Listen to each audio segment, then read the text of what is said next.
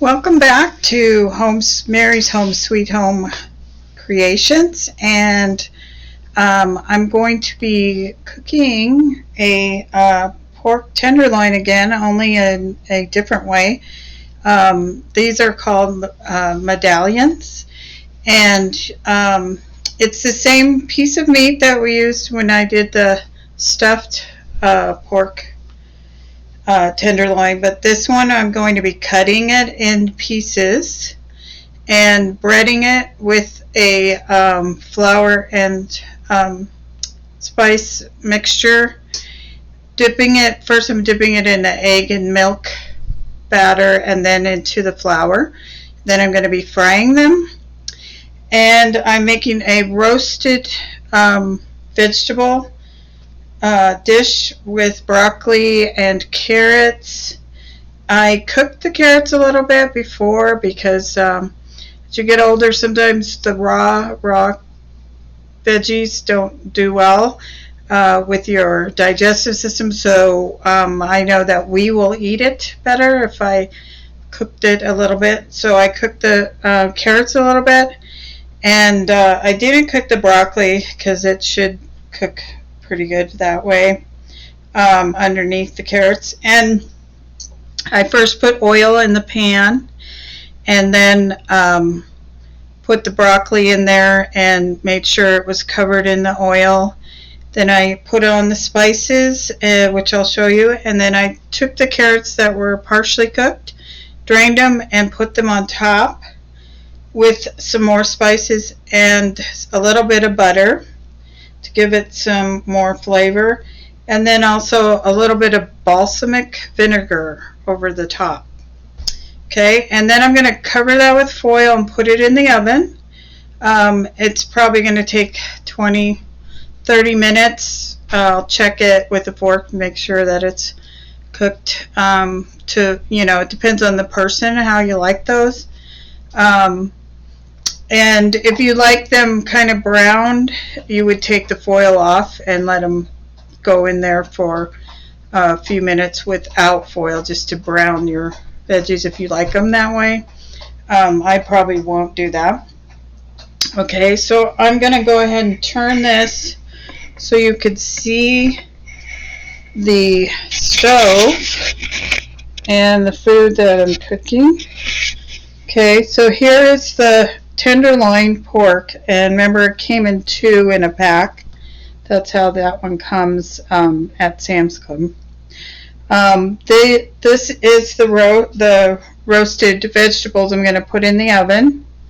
Okay, and the spices that I used for that, I put a little bit of salt and pepper, and then I also put a little bit of balsamic vinegar over the top and some butter.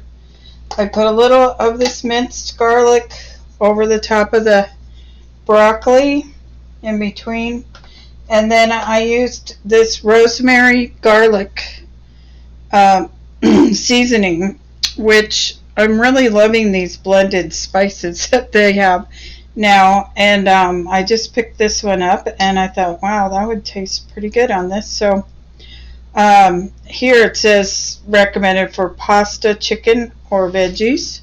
So these are veggies, so that worked out well.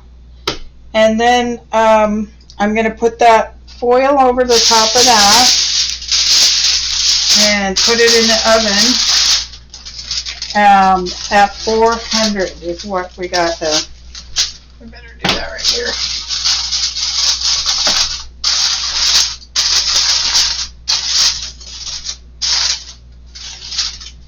Okay, so that's going to help steam it on, cook all those veggies up.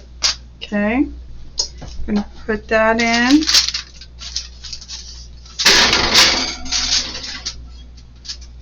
That's nice and hot. I've had that on a while. Okay, I'm heating up the oil here, and our mixture over here, bring it over a little bit. This is the flour mixture with the spices in it. Where you are, right here. Okay, so in here I put some pepper And some Mrs. Dash. This one has, it's salt free. It has the lemon pepper in it. So I added that and regular pepper and a little bit of salt because that doesn't have any salt. That's good. And then when I put the medallions, after I cut the tenderloin, they'll be called medallions. You put them in this milk egg mixture here. Okay, and then you put it in the flour mixture and then into the pan of oil to fry it and cook it thoroughly through. This is applesauce with some little bit of brown sugar. I might throw some cinnamon on there. This is really good to serve with applesauce. People like to dip their pork in applesauce. So that's what that is for. And okay, let's see. So I'm going to show you how I'm going to cut these.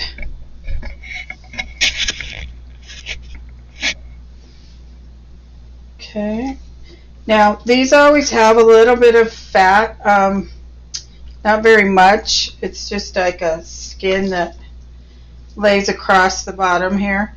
And I already cut some of that out so it wouldn't be too tough, because that piece can get tough. So you're just going to cut these this way. Oh, I also wanted to let you know, I cut the carrots differently for the roasted vegetables, because normally I would just dice them up and then put them in the pan and boil them. But when you're roasting them, it's you kind of want to do a different cut just so they look pretty and nice. So I did cut them at an angle, kind of like this, like what I'm doing here. They're thinner, longer. So I'll show you when they come out. But I wanted to let you know that. And these are going to be probably an inch wide. Okay. And we want them to be cooked well, so we don't really want to go any wider than that.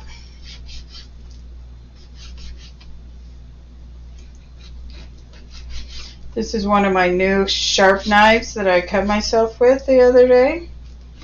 And I wasn't even cutting anything. I was just picking the knife up and moving it across, and it nicked my cuticle. Like, it was bleeding everywhere, and I was like, I didn't even do anything. But anyways, I survived and put a little Band-Aid and stopped. But yeah, I'm used to dull knives now, and I think I'll get over it because I got new knives, and my old ones were only dull because I do what they tell you shouldn't, and put them in the dishwasher. You should never put your knives in the dishwasher that are sharp, or they get dull. And no matter how many times I sharpen them, eventually they just don't get sharp. So now I wash my knives and wipe them off, dry them, and put them away instead of putting them in the dishwasher. And these ones cut very nicely. You kind of forget how nice a sharp knife is, except every time anyone else comes to my kitchen to cook, they complain about my knives, that they're so dull. Now they're sharp, so they got to be ready for that. Okay, so I'll got these all cut up at about an inch. And now we'll go ahead and make sure this is getting hot enough. I'm going to turn that up a little. You want to make sure that your oil is hot enough to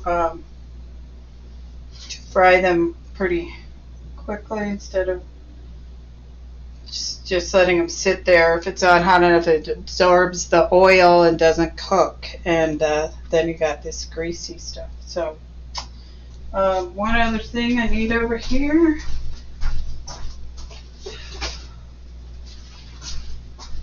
of these paper towels. This helps absorb some of the oil when you take it off, and then you can remove that later. Just so it's not, if it has any grease left on it, it gets absorbed a little bit of it out of there. Okay, I was going to show you this real quick too. Okay, this is part of my cookbook. I told you I've had this a long time. It's in pieces, so it was easiest to bring this here to you. But this is something that a lot of cookbooks might have in it. That's one of the reasons I love this one. It has like almost everything you could ever want. Now you could go online and find pretty much anything you want also, but then you got to go back and find it again, or print it out, or figure out where it was you saw it. I like this because it's always there in front of me. This is a picture of the little pig. See him up there? His tail. Okay, so this shows you all the different pieces of pork meat that there are that you might see in the store, or if you raise your own pig, you would know how to butcher your pig. So the shoulders is 1, loin is 2, sides are 3, and the legs are 4. So in this order, it tells you what's what. So in the first, up here in the shoulder, you have blade steaks, blade roast, boneless blade roast. So those are the things that you're going to see in the store that are up in the shoulder area of the pig. Okay, then also the smoked picnic ham or roast, the smoked hock, and the smoked shoulder roll. Okay, those are all part of this shoulder area. Okay, then in the second up in the loins, that's where the boneless loin roast, the top loin roast, and the tenderloin, that's what we're having. It's right here in that number 2 area. Okay, the butterfly chops is also there, the top loin chop and the loin chops. They make all that out of that area. Okay, then it goes on. There's many more over here. Boneless blade roast.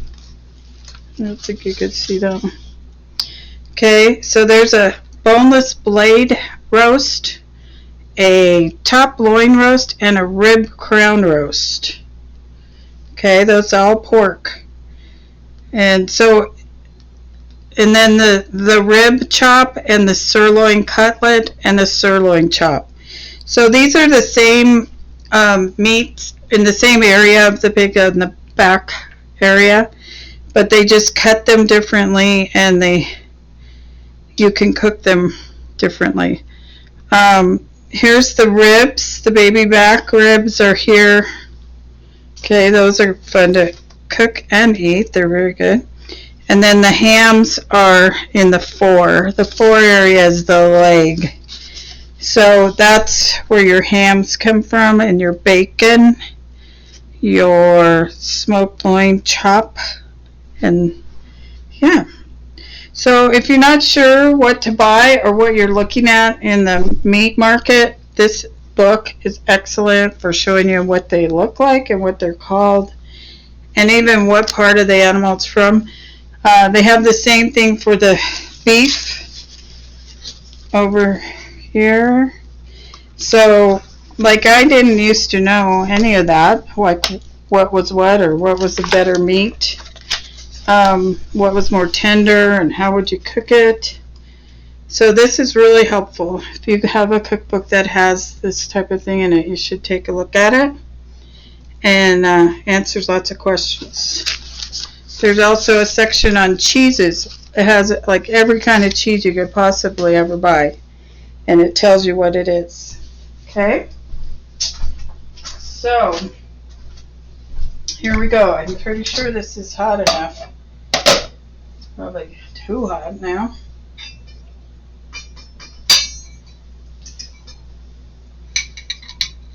Okay, I'm going to move this all a little closer.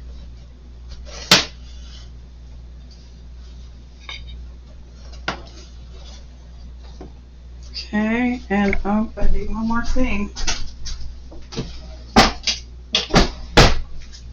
Okay, there's lots of different types of things you can use for frying and using in oil. This is the one that I use to do like fry shrimp or anything like that. And so this should work pretty well when they're all done in there.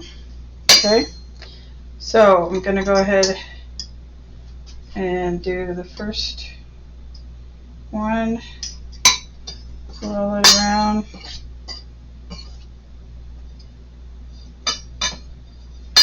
Okay, I'm going to do a few at once before I put it in, just so we're not getting too uneven in our timing of cooking them.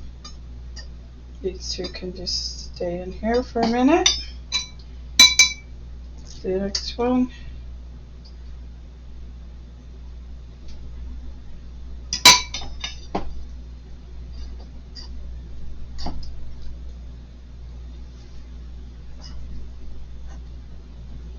Okay, here's the first one.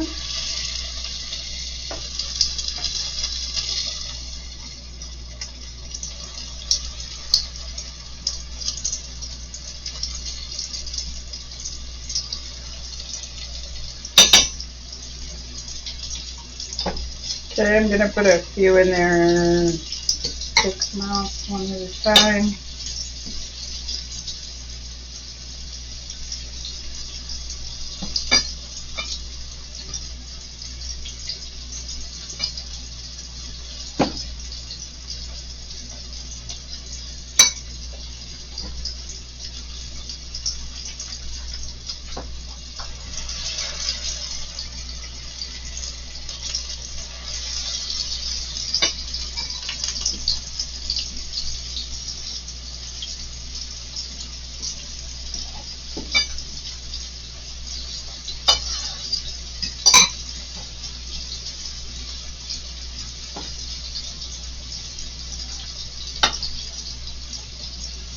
Okay, once I'm got this full of flour, I'm putting them in to fry.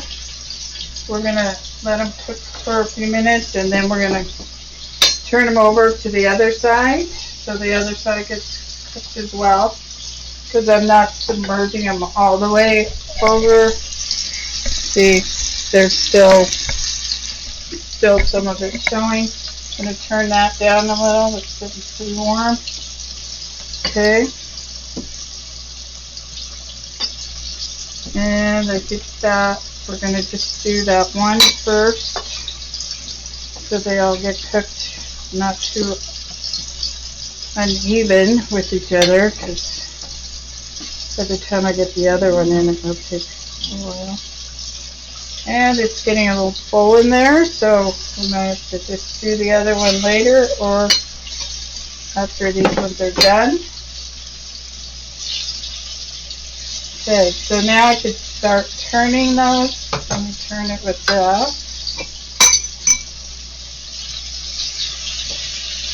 Okay, I'm just going to take these out. The first ones need to get turned.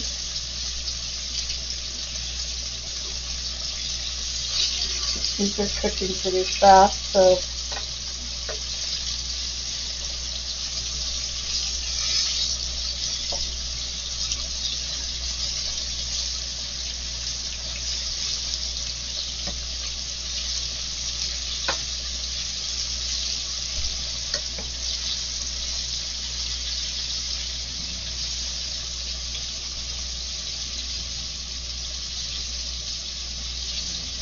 okay.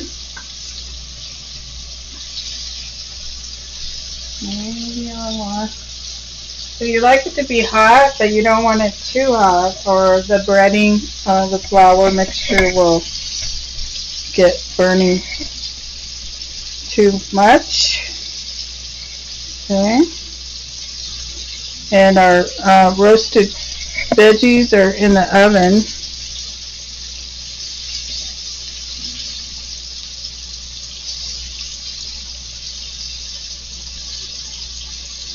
And it just depends on, if your oil is not hot enough, you can put your lid on it. But this is plenty hot, so I'm not going to put the lid on right now.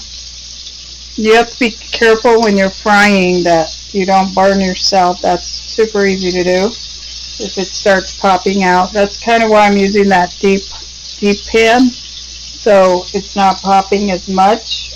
If my daughter, she likes to use the cast iron for all of that, so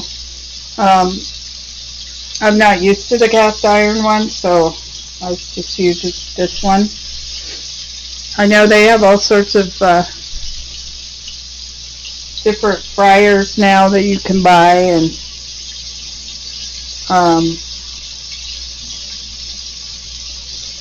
but it just depends on what you like.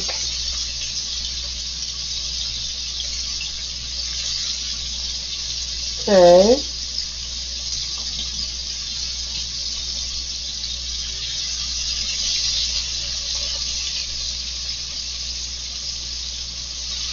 I'm going to turn these very first ones over one more time.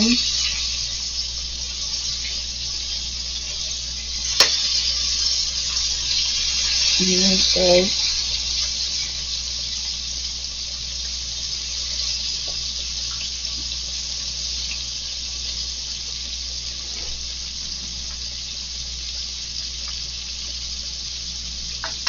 I'm going to grab a knife over here so that I can check to make sure they're done when I take them out.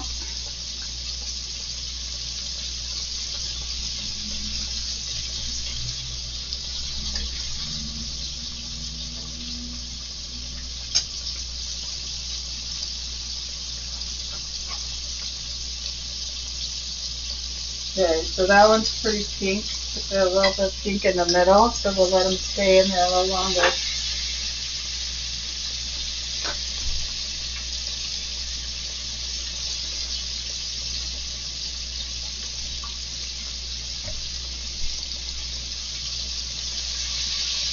And turn these again. That side is the most done.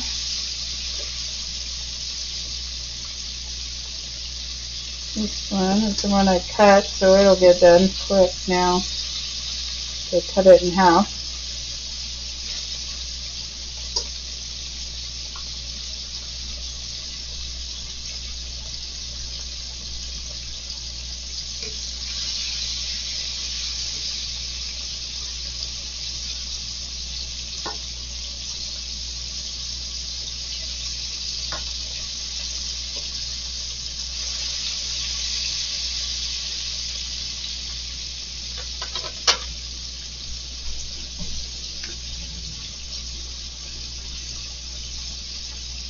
Okay, so what was I going to tell you? Oh, also with the I was going to be showing you how to make these hot pads, the round and the square ones. I haven't done that yet, but once you learn to make the circle, you can make all sorts of things with that pattern. And the square one, this one is actually, you could do 2 circles and then put them together. Or you start taking out one stitch each way. It'll start to curl back up and then go to the center. The easiest way is to do 2 and put them together. The square one is harder because it's a different pattern. You actually look like you're making a boat at first, and then it flattens out into a square. So I'll show you that one day. These are the best hot pads, I think, because they don't absorb the heat. They would absorb the liquid. Sometimes people will just grab one and clean them up, but they are thick enough that you can lift anything and not burn yourself, but they're small enough they don't get caught inside something, dipped in something, and then you have a hot liquid on there. So like I can lay them in my hand like that and grab whatever I need to. And these are all cotton yarn. This one here is the square one. And so at first it starts out looking like this, like this is how it starts, and then you just keep going around, and pretty soon it lays out like that to a square. And that's a good size too, because you can get around. These little guys sometimes can get in your way, drop into something. So sometimes you might they're good for hanging it up, but they could get caught or in something. So I tend not to do that anymore when I make them. Okay, so let's take this one out.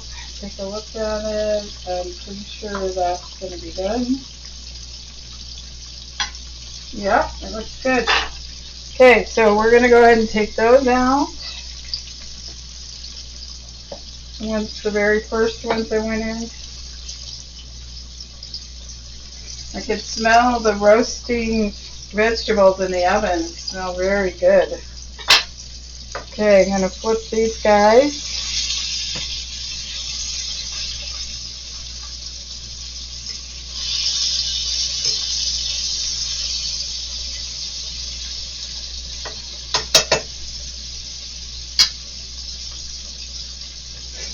Okay, well, I don't think I'm going to do the other tenderloin because there's just a couple of us, maybe 2 or 3 of us, and that'll be way too much meat for all of us. So what I might do with that is I'll put that away in the fridge and maybe make it into a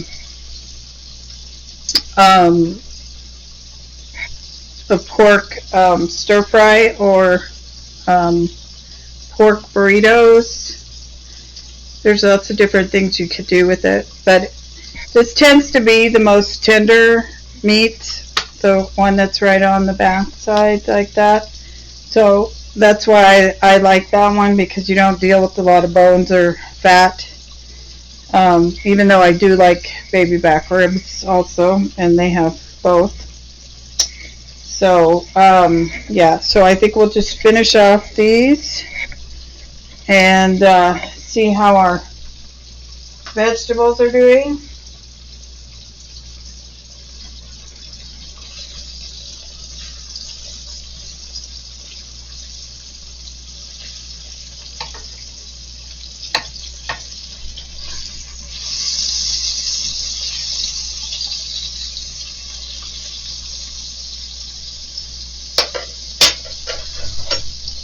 I'm going to turn that off.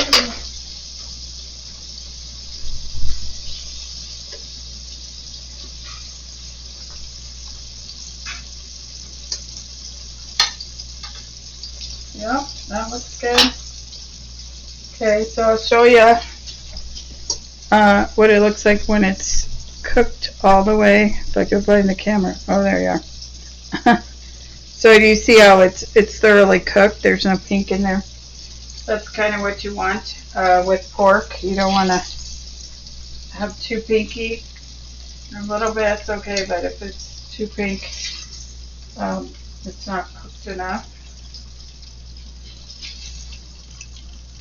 Okay, so I'm just putting it on that paper towel to get the excess oil off. And then I'm going to just flip it over and lay it out on that plate like that.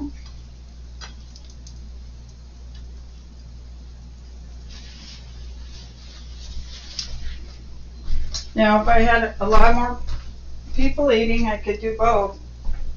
And still plenty of oil. Still plenty of oil in there to fry, but since there's not a lot of us today, we're just going to put the lid on, take it off the burner. Okay, and I used this oil. It's the canola oil. I use that for most things. because it's a light oil. It's not super heavy, and it doesn't taste super heavy like some people would use olive oil. But even if I use olive oil, I use a light olive oil. They have the light and the dark. Oh, they have so many oils now. I haven't tried them all, but they look fun. I just haven't. Well, for one thing, they're not cheap, some of this stuff anymore. It's kind of gourmet stuff. So I haven't done that. But if I decided, well, I like these and I want to do the rest of it, I still have plenty of egg and flour mixture too. So we'll see if everyone likes them, we can do more again, or I turn that into something else. That's the thing about, I always grew up eating like this around, you pick your meat and then your vegetables and your starches, and that's just kind of how we always cooked, and that's kind of how I've always cooked. Every once in a while, now it's different because it's just my husband and I, and we're getting older. But like sometimes we would have breakfast for dinner, like especially during Lent when people don't eat meat on Fridays, or maybe they're fasting on other days too. They might not have meat. But so breakfast is a really good one because you could have eggs, but just not have any sausage or bacon, maybe pancakes or something.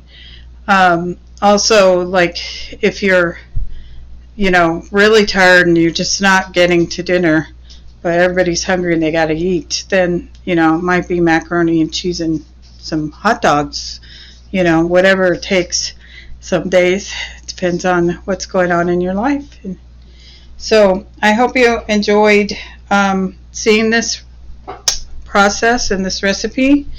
I'm going to check on those vegetables before, so you can see how those turned out. I got to move this camera back just a little. And you also have to be careful opening your oven, because if you have something in there like this that steams, the steam comes out and gets you right in the face, like I do all the time. I just did it. And even with the foil on, it did that. So, gotta be careful about burning and taking things off like this, because there's a lot of steam coming out now. And we're going to check that. Oh yes, they're done and looking very yummy. What you think? So we could leave it layered like that, or we can mix it up to get all the yummy juices through everything. Alright, so now we're ready. We have our applesauce to go with our medallion and the roasted vegetables. And earlier I made the Easter cutout cookies that I haven't iced yet, but I still have cookies left from making the sandies, and I had some taken out from Christmas cookies. So there's lots to eat, and everyone's going to enjoy it. And I hope you enjoyed it. If you have any questions, message me. Like and share this video, and if you have any other things you would like to see cooked or made, let me know and I'll tell you if I can do it. Alright, you have a good night, and I will be back again to demonstrate the icing of the Easter cookies, and hopefully before Easter. And maybe an Easter bunny cake. Those are the plan. All right, you take care. Thanks for being here, and have a great evening.